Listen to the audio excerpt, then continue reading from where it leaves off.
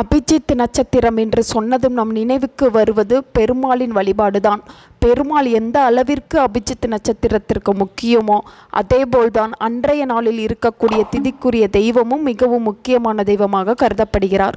அந்த வகையில் மே மாதம் 18ஆம் தேதி தேய்பிறை சஷ்டி வருகிறது. சஷ்டி திதியில் முருகப்பெருமானை வழிபாடு செய்வதன் மூலம் அளவில்லா நன்மைகளை பெற முடியும் என்று நம் அனைவருக்குமே தெரியும். அப்படிப்பட்ட முருகனுக்குரிய இந்த ஒரு மந்திரத்தை அபிஜித் நட்சத்திர நேரத்தில் கூறும் பொழுது கேட்டவரம் கேட்டபடி கிடைக்கும். அந்த மந்திரம் என்ன என்பதை பற்றி தான் இந்த வீடியோவில் பார்க்க போகிறோம். ஒரு நாள் பிறக்கிறது என்றால் அந்த நாளில் வரக்கூடிய திதிக்குரிய தெய்வத்தையும் அந்த நாளில் வரக்கூடிய நட்சத்திரக்குரிய தெய்வத்தையும் நாம் வழிபாடு செய்ய வேண்டும். அப்படி நாம் வழிபாடு செய்வதன் மூலம் நமக்கு அளவில்லாத நன்மைகள் உண்டாகும்.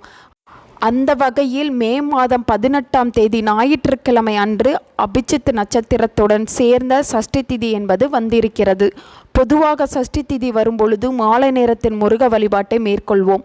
அந்த மாலை நேரத்தில் தான் அபிஜித் நட்சத்திரமும் வருகிறது என்பது மிகவும் சிறப்பு. அபிஜித் நட்சத்திர நேரத்தில் எந்த தெய்வத்தை நாம் வழிபாடு செய்தாலும் அந்த தெய்வத்தின் அருளை நம்மால் பரிபூரணமாக பெற முடியும் என்பதால் முருகனின் அருளை பரிபூரணமாக பெறுவதற்கு அபிஜித் நட்சத்திர நேரத்தை நாம் பயன்படுத்தி கொள்ள வேண்டும்.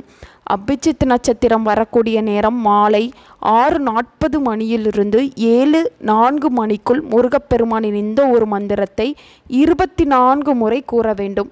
இந்த மந்திரம் முருகப்பெருமானின் உச்சிட்ட மந்திரம் என்று கூறப்படுகிறது.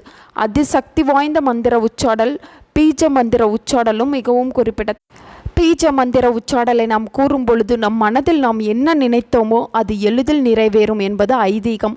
அந்த வகையில் பீஜ மந்திரமான முருகனின் உச்சிட்ட மந்திரத்தை அபிஜித் நட்சத்திர நேரத்தில் கூறுவதன் மூலம் கேட்ட வரத்தை முருகப்பெருமான் அருள்வார்.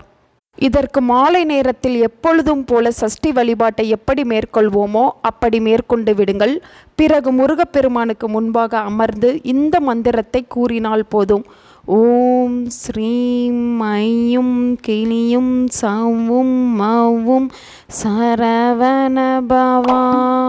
முருகப்பெருமானின் பரிபூரணமான அருளை பெற்று கேட்ட வரத்தை கேட்டபடி பெறுவதற்கு இந்த ஒரு மந்திரத்தை இன்று வரக்கூடிய அபிஜித் நேரமான அந்த 24 நிமிடத்தில் கூறுவதன் மூலம் அனைத்தும் நம் வசப்படும்.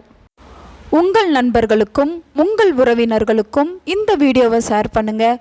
அவங்களும் இதை பற்றி தெரிஞ்சுக்கிடட்டும். ஆன்மீகம் டிவி தமிழ் சேனலை சப்ஸ்கிரைப் பண்ணுங்கள்.